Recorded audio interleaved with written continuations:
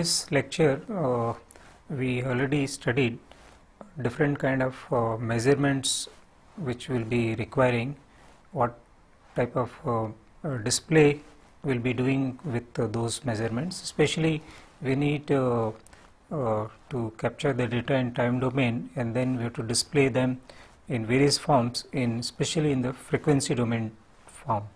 And right from capturing the data through sensors, there are error involved in digitizing the data, and once we digitize that data, then once we do further processing of that, then also errors comes in the data, and those errors, some of them I have already pointed out in the previous lecture.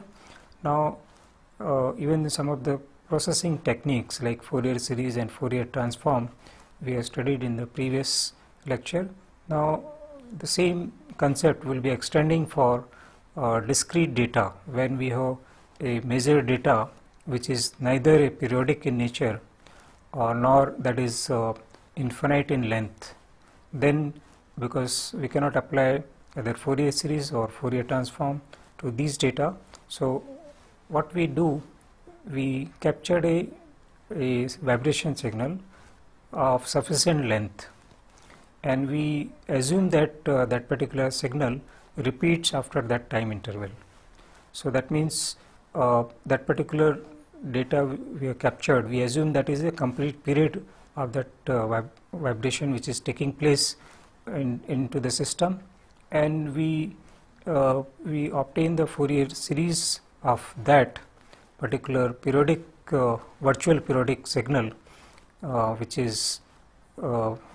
which we obtain, and then what are the changes that we need to do in the Fourier series. Now we'll see. So in the previous case we had the Fourier series of this form,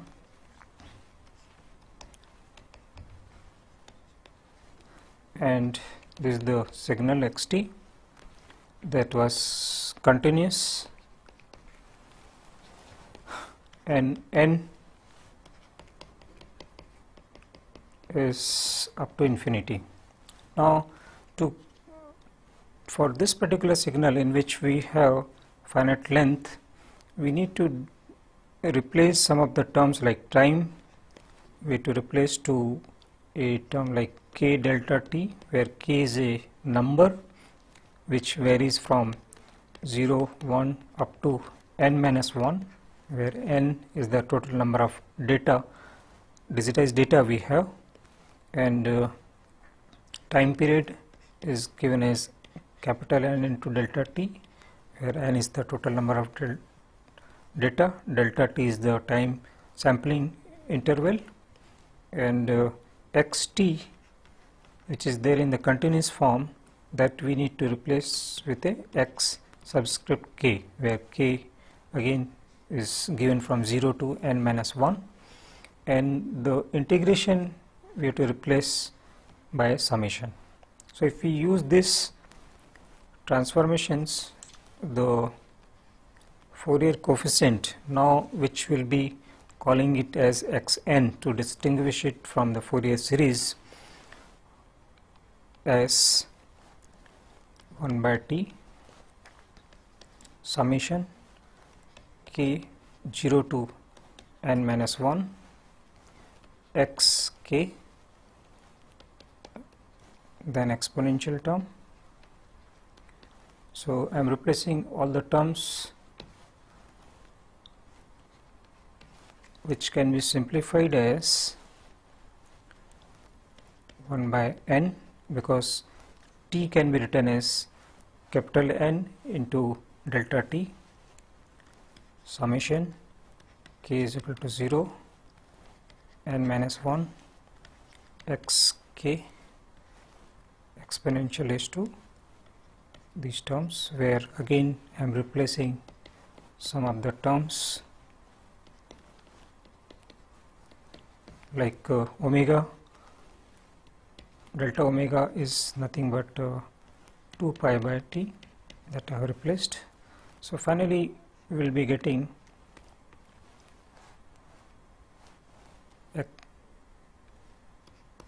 capital X n as n 1 by n summation k is equal to 0 n minus 1 x k 2 pi n k by capital N, where small n is varying from 1 to up to capital N minus 1. So, this particular term is called discrete Fourier transform.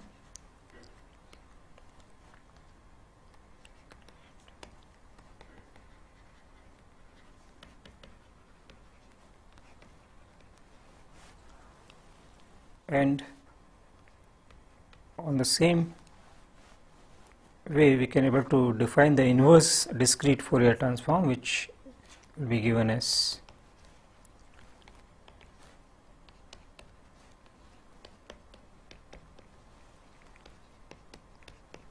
where k is varying from 0, 1 up to n minus 1. So, this is the inverse discrete Fourier transform or IDFT.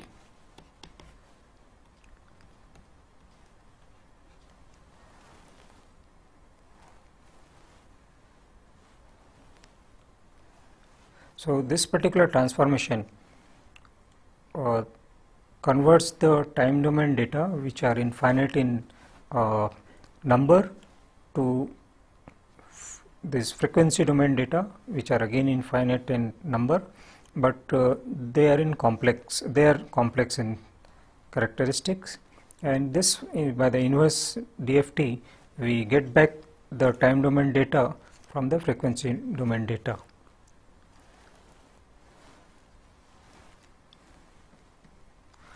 These transformations, as you can see, they are complex transformations. We have real transformations also, and the relation, especially the coefficients of those real discrete Fourier transforms are given like this.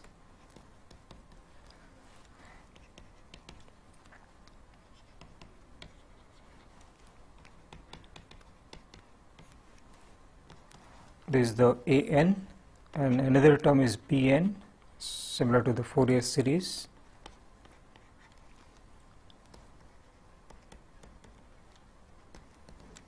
In which sine term is there, where these n are varying from 1, 0, 1 to up to n minus 1. And the relationship between the complex Fourier, discrete Fourier transform and the real Fourier transforms are like this.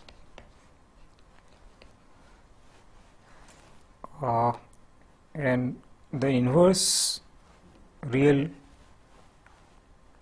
discrete Fourier transform can be written on the same lines in terms of the real coefficients like this.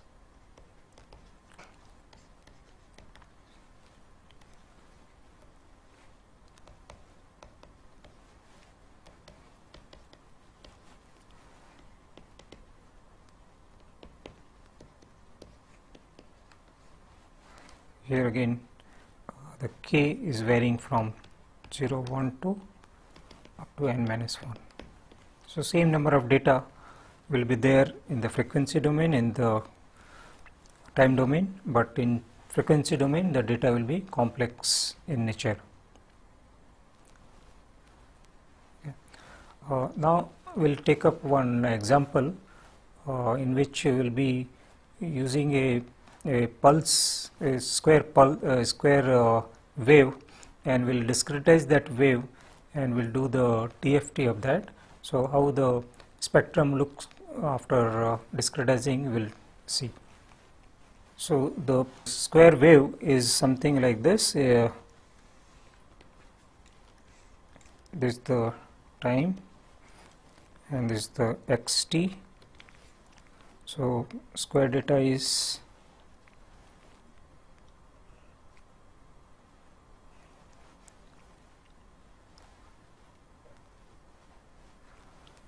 total period of this particular signal is 8 units, and we are discretizing it into 16 number of data. N is 16. So we start with this x0, x1, x2, x3, this corner is x4. Likewise we will be doing this will be x5, go up to this is x15. After that signal repeats, because corresponding to x16 x0 is there, so signal repeats after that. So we have total xk, where k is from 0 to 15. Total 16 data are there. So using the previous relations, these simple relations, we can get the discrete Fourier transform directly after substituting various values, because all values we know here. And as I told, this will be complex, xn is complex. So let us plot the real part of the discrete Fourier transform with respect to the frequency, also the imaginary part. So this is the let us say real part an of the signal. So this will look like something like this. These are the amplitude of various a n when we change the n of a.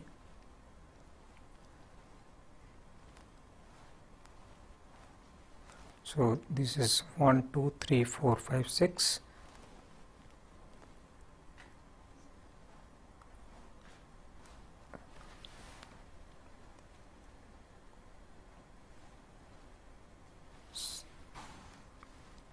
Here 8 is there.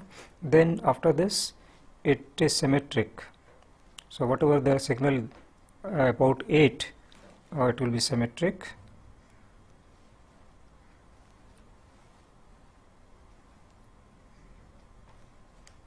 Like this. So this is symmetric about n by 2, because total 16 data is there.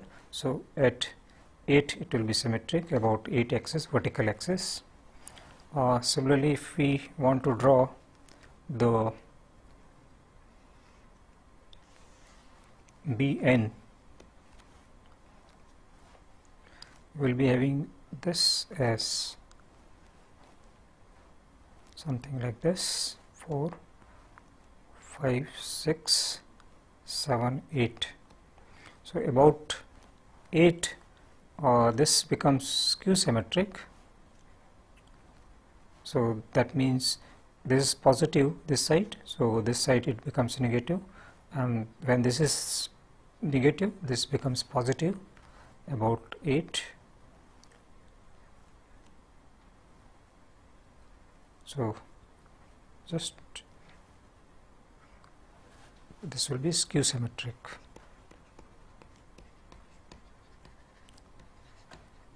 So this is the spectrum of the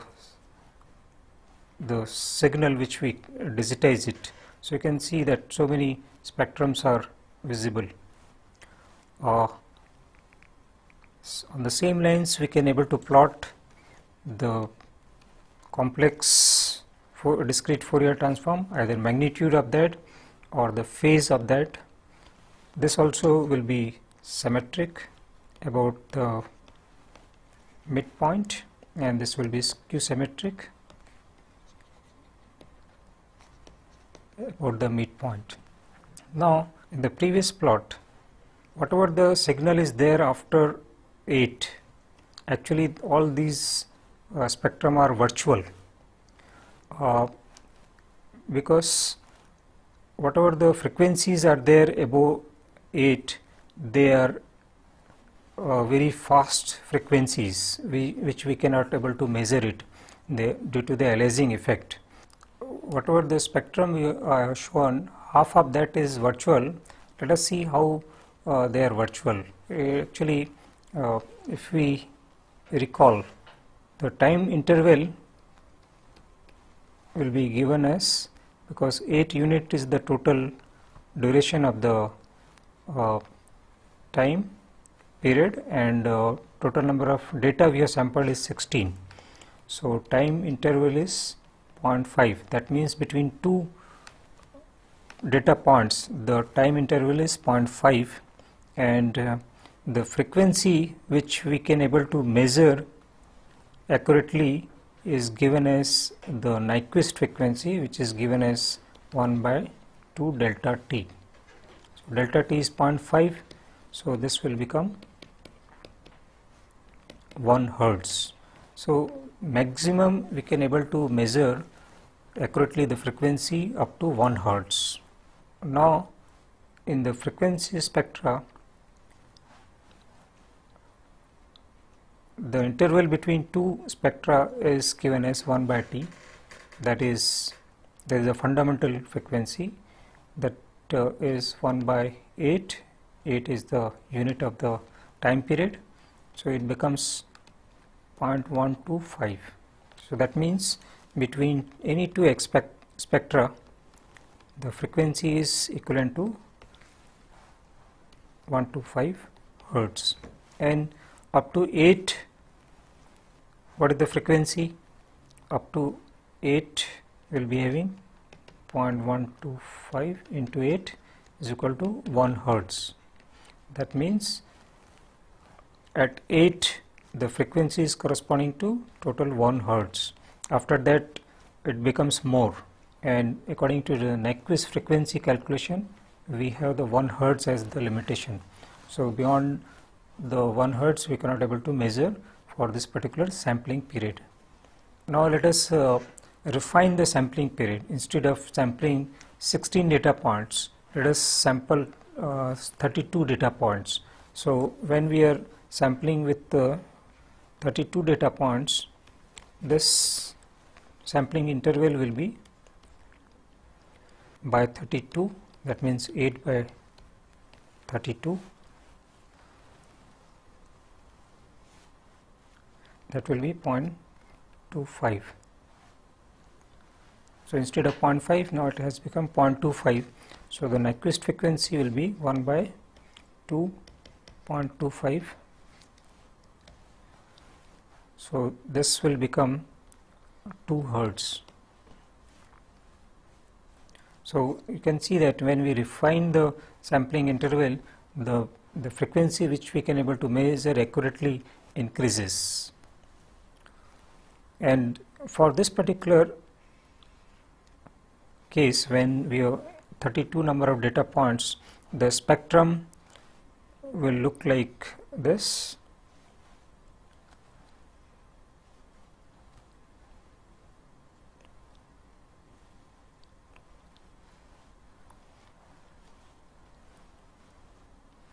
This will come from the formulae directly when we substitute the values of various n in that.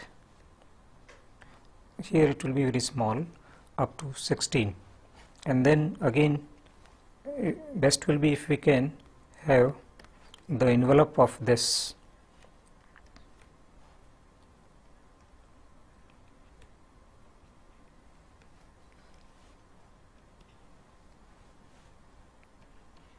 and after 16 again it will be symmetric.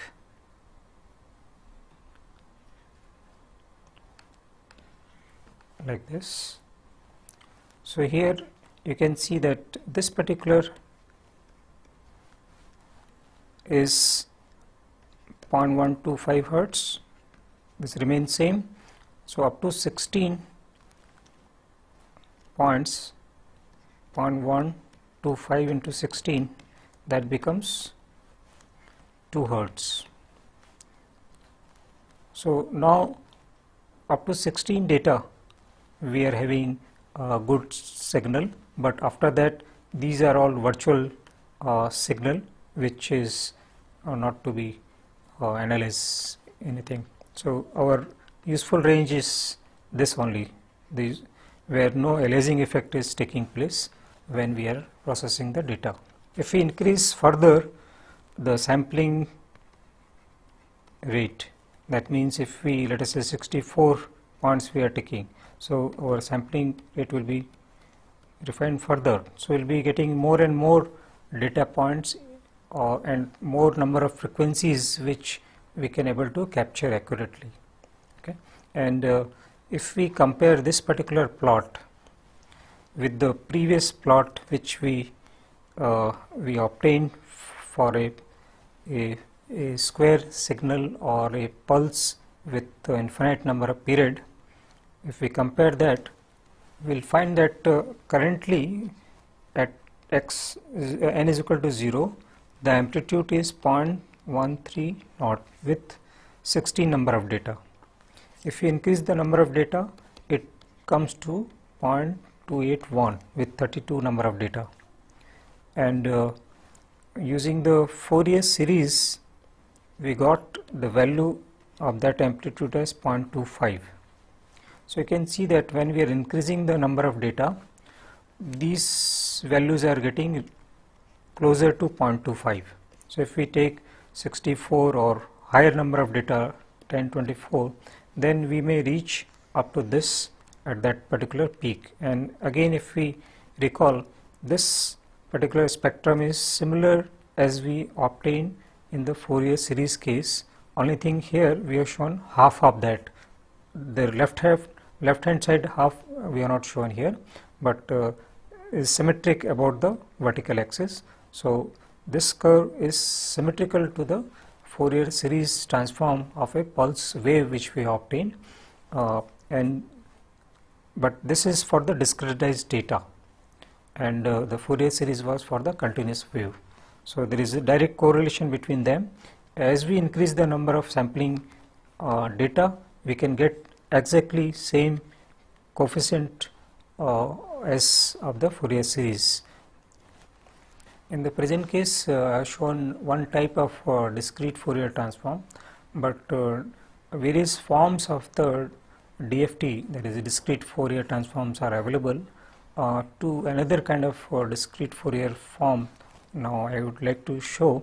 Only caution is that you must know which form of the discrete Fourier transform you are using it, and accordingly you should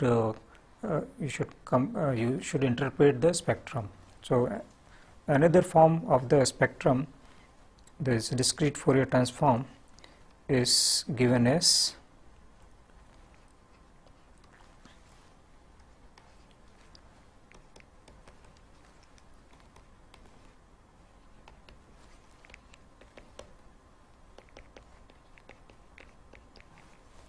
where n is varying from 0 to n minus 1, and this is the inverse discrete Fourier transform.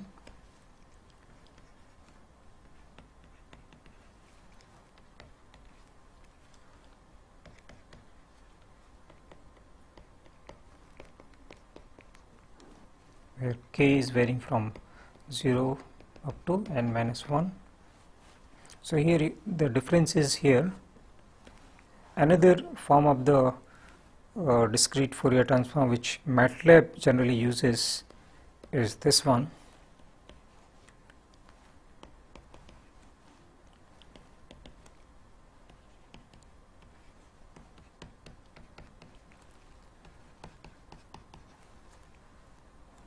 And the inverse discrete form transform is here. Also these coefficients are getting changed, otherwise the other expressions remain the same.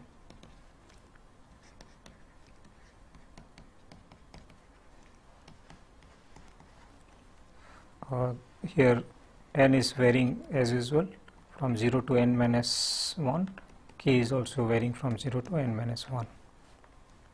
So now we have seen the discrete Fourier transform. The one limitation of the discrete Fourier transform is that it requires extensive computation.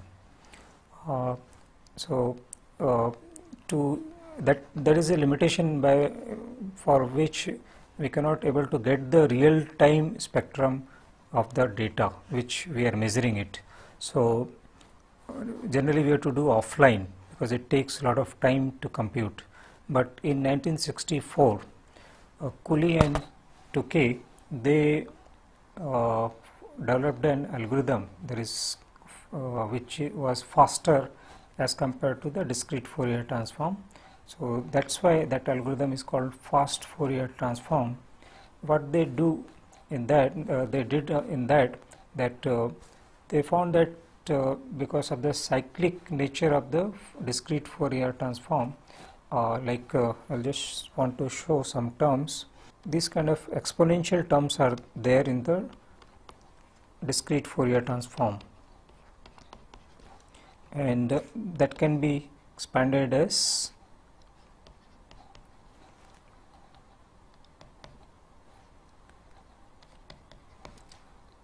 and the sine term of that.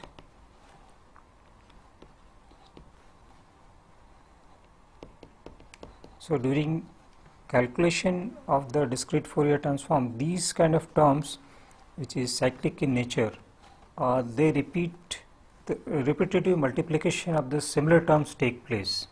So Tukey and Cooley, they found that repetitive multiplications, and they avoided those calculation in their algorithm to calculate the Fourier transform, and because of that they could able to get very high speed of calculation of the Fourier transform. Just to give you some idea, I will give an example that when they used around number of data 2 raised to 10, that is 1024 data, when they used the ordinary discrete Fourier transform takes around 1,050,000 multiplication. It requires that many multiplications, but using fast Fourier transform they required only 20,840 multiplications. So you can see that how much difference is there in the number of multiplications, and computer takes that much time in calculation of this. And if we increase these data further, the difference between these two increases drastically, between the DFT, I think this is a DFT, and FFT.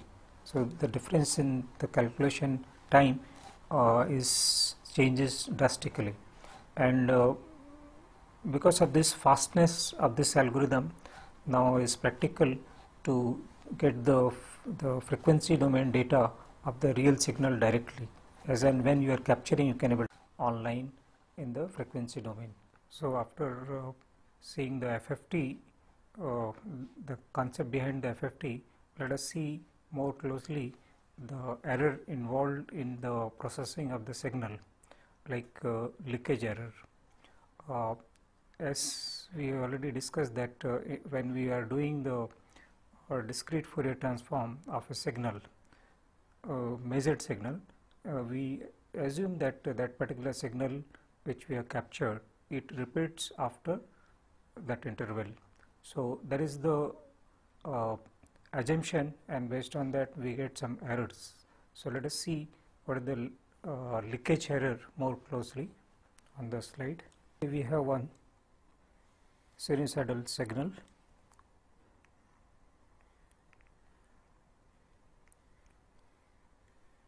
like this,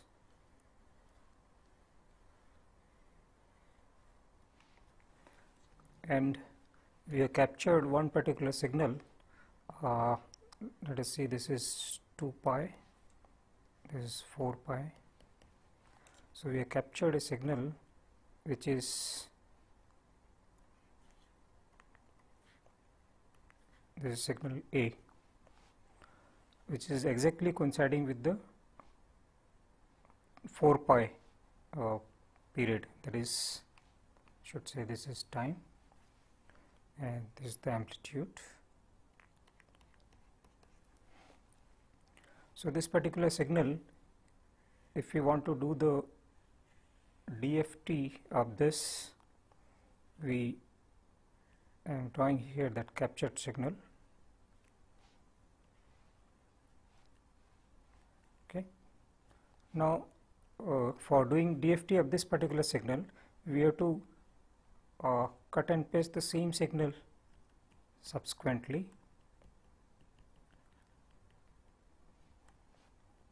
like this. Again the same signal we are substituting, so it is going on continuously. That is the assumption behind doing FFT at that signal. If you see closely, this particular signal which we have made after cutting and pasting, it looks like similar to the previous signal. There is no as such difference between them. So if we want to do the DFT of this, we will get a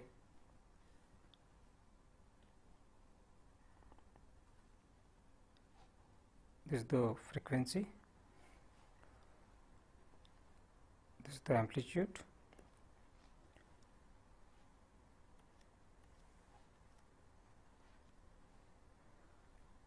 so a single peak we will get because this is sinusoidal curve. So in frequency domain we will get a single peak.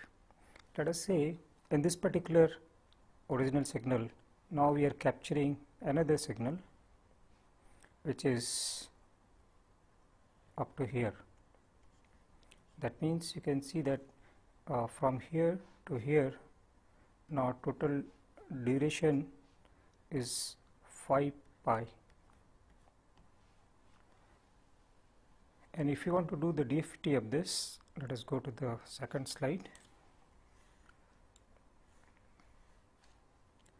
This is the signal which we have captured, which is something like this, which is a 5 pi period. Now we are cutting and pasting the same signal here.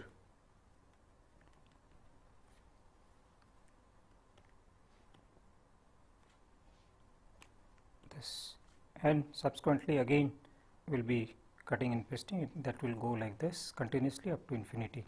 That is the assumption behind DFT.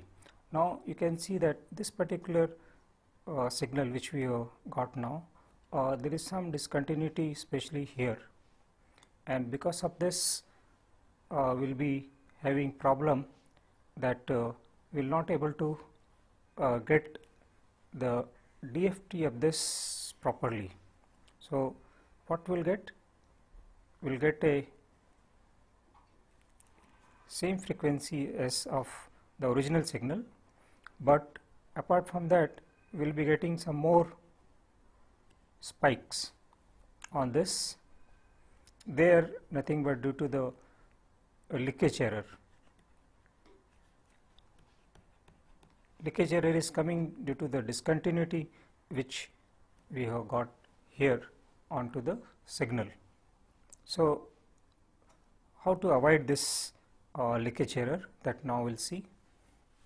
So we from the previous example we have seen that if we captured a signal, if that signal is having the time period equal to there is multiple of the time period of the original signal, then we will get the correct frequency spectra.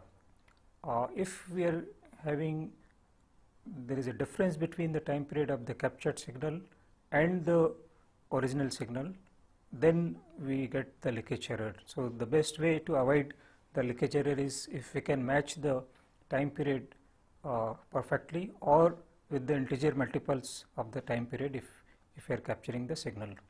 Now let us see some other way of doing reducing the noise level, because what happens, we may not knowing the exact period of the original signal. So how we can avoid this situation, let us see. So to counteract this leakage error, first thing is first way of doing is windowing. And what are the various type of window available that we'll be discussing. Windowing is nothing but we multiply the signal with some weights, especially at the middle of the signal we multiply with the higher value, and as we are going toward the ends of the signal we multiply with the smaller value of the factor, so that when we join two such signals at the boundary, their joining is smooth, and because of that we'll be getting less leakage effect. So let us see this, what are the type of window we have. So window is something like this, which is a time windowing. So maximum value of the time factor is 1, and this is one kind of window in which we have, these are the factors which we have to multiply of the signal. You can see here we have 0 to n minus 1. So various data which are there, n in numbers, will be multiplying by these factors. So at the ends the factors are small, so the smoothing, the joining of the two signals will be smooth. This particular window is having particular name, is called Hamming window.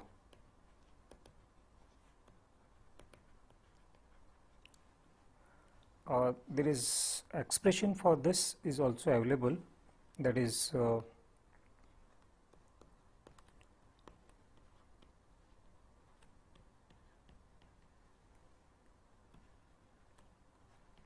2 pi n by capital N, where n is the time instant from 0 to n minus 1, and capital N is the total number of data, and this is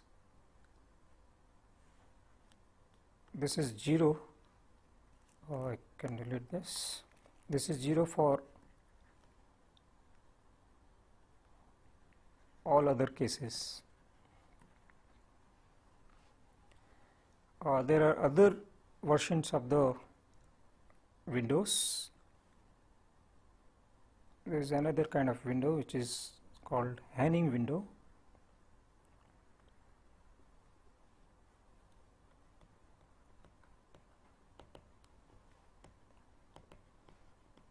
So you can see that at lower portion the values are becoming still lower as compared to the Hamming window, and there is another improved version of this window that is more steep, and values of the factors at ends are still lesser, so that the smooth joining of the two signals take place. This is Blackman-Harris window.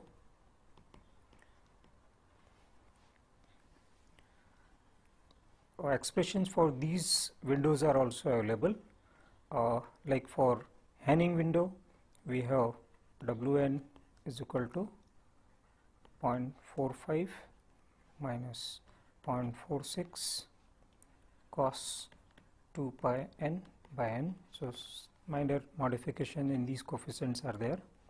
Similarly, for the Blackman-Harris window, we have the expression like this.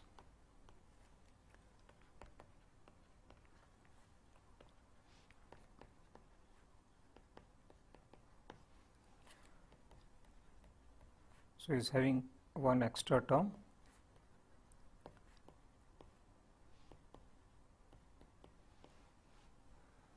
and they are 0 for rest of the, for all other cases.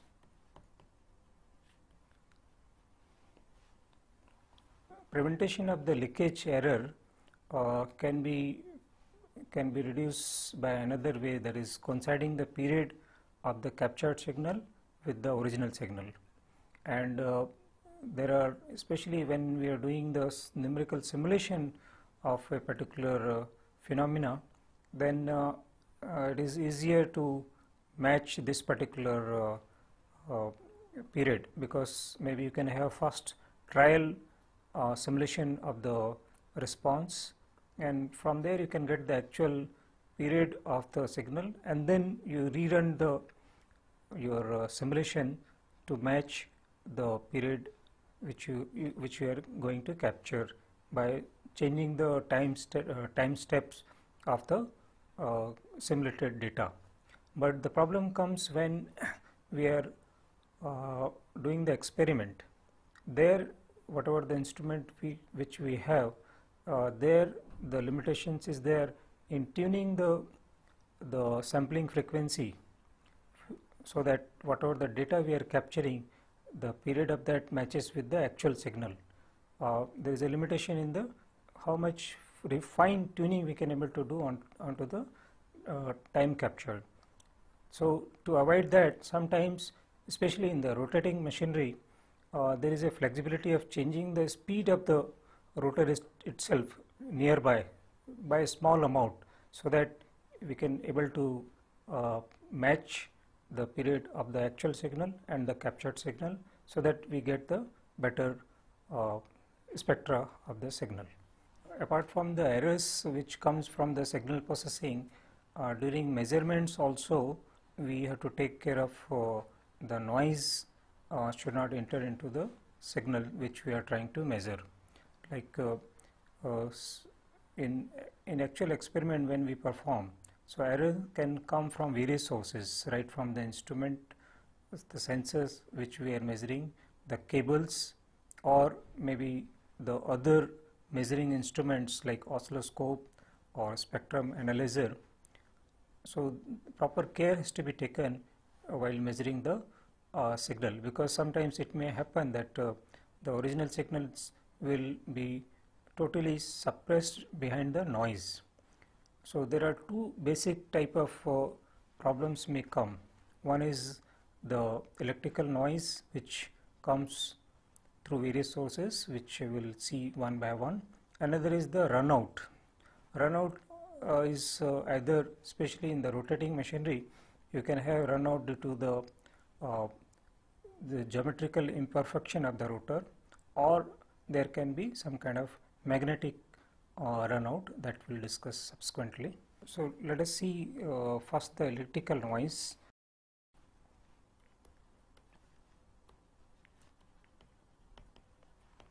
So first is the random electron motion. In this case, generally the order of the voltage which it generates is in the microvolt.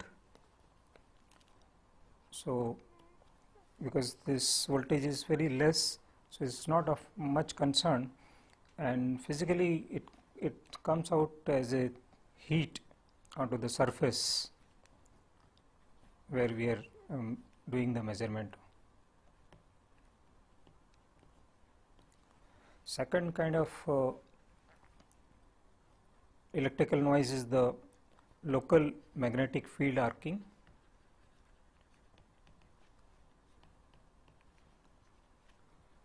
And this is of the order of generally millivolt. So they are appreciable amount of noise generates, and in this particular case the magnetic field of an instrument which is very close to the either the electrical wiring or to the sensor, they may affect the signal, then a noise can enter into that. This kind of magnetic noise may come when two instruments which are generating magnetic field are close by, then also they can have the noise, electrical noise into the measured signal.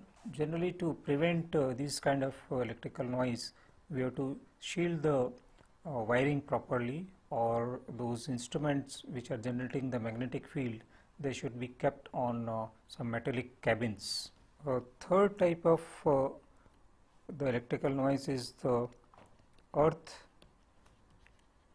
loop faults, and generally it occurs in electrical arcing in the switches and other similar components.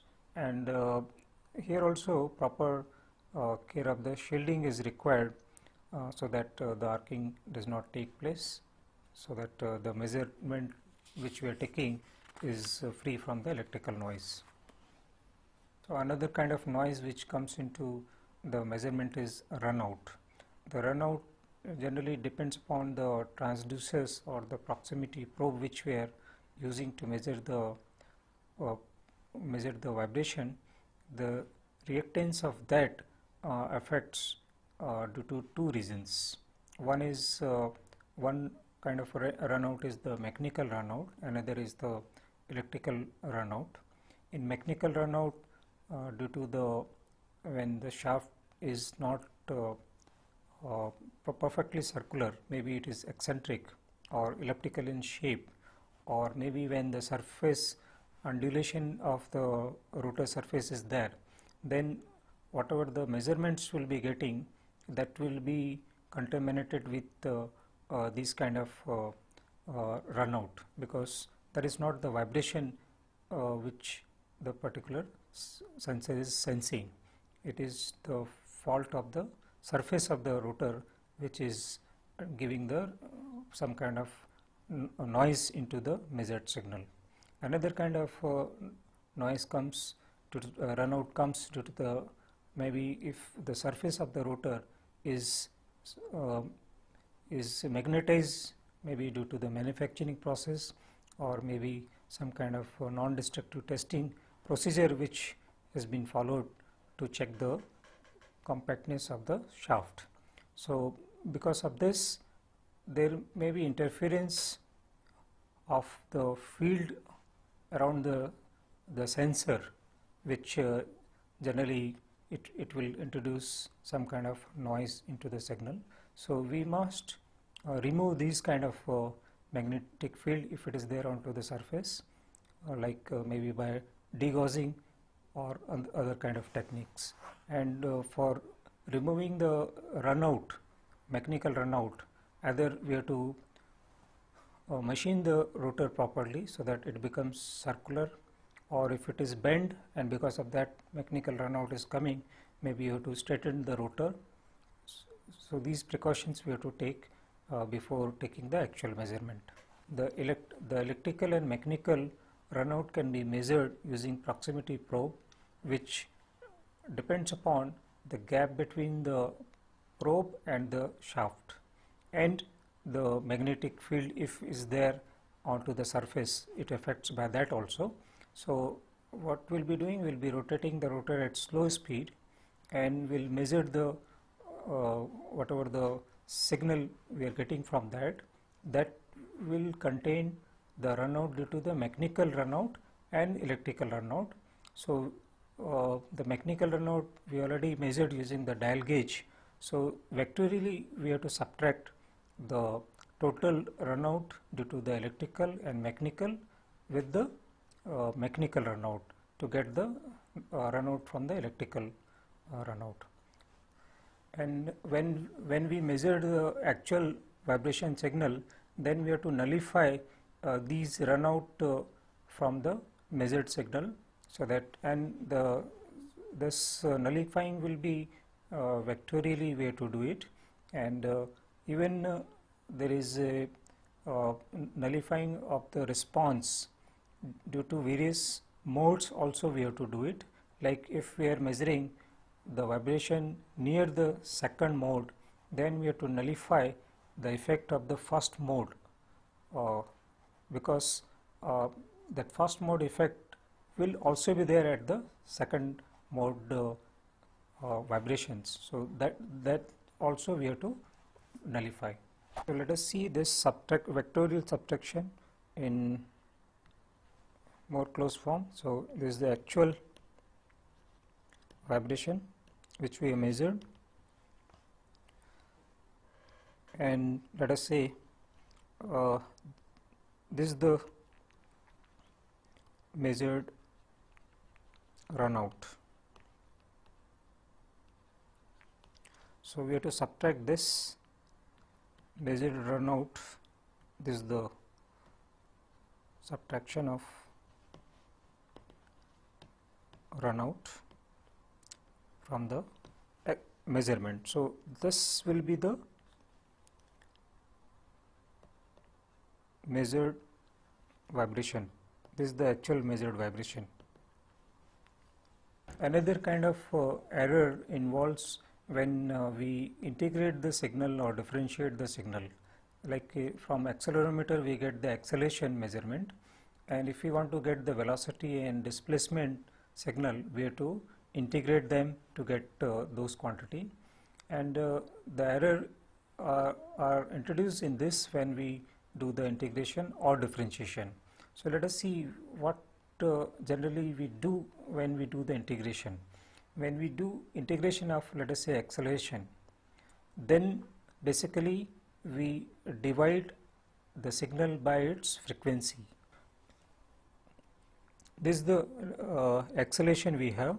We want to get the velocity from this. So basically we have to divide this by omega, the frequency which it has, to get the velocity. Now if this particular signal contains very low frequency components, then you can see that when low frequency components of especially noise is there, low frequency noise is there, so error involved will be more, because here it is coming in the denominator frequency. So once it will magnify these noise which are of low frequency. Similarly, when we want, let us say we have measured displacement and we want the velocity by differentiating this, what we have to do, basically we have to multiply by its frequency. And if this particular signal contain high frequency noise, then these noise will get magnified, and especially at a high frequency, whatever the signal we are getting will be having more noise. Generally, when we want to differentiate or integrate, there are two kind of devices are available. One is passive type of devices. They give more error into the signal, and there are some active or different active devices are also there. They give less error into the signal, but they are more expensive because inbuilt amplifier has to be there in that. So in this particular lecture series, we have seen the various background and the fundamentals of the signal processing, right from the Fourier series, Fourier transform, discrete Fourier transform, and fast Fourier transform. And while we measure the signal, various kind of noise comes into the signal. So we should know what are the noise may come and how we can able to avoid them, so that whatever the signal which we measured for analysis purpose, it should be pure signal which should not contain any kind of noise. Otherwise, whatever the informations are there in that particular pure signal will be biased because of noise, and you cannot able to pinpoint the cause of the vibrations.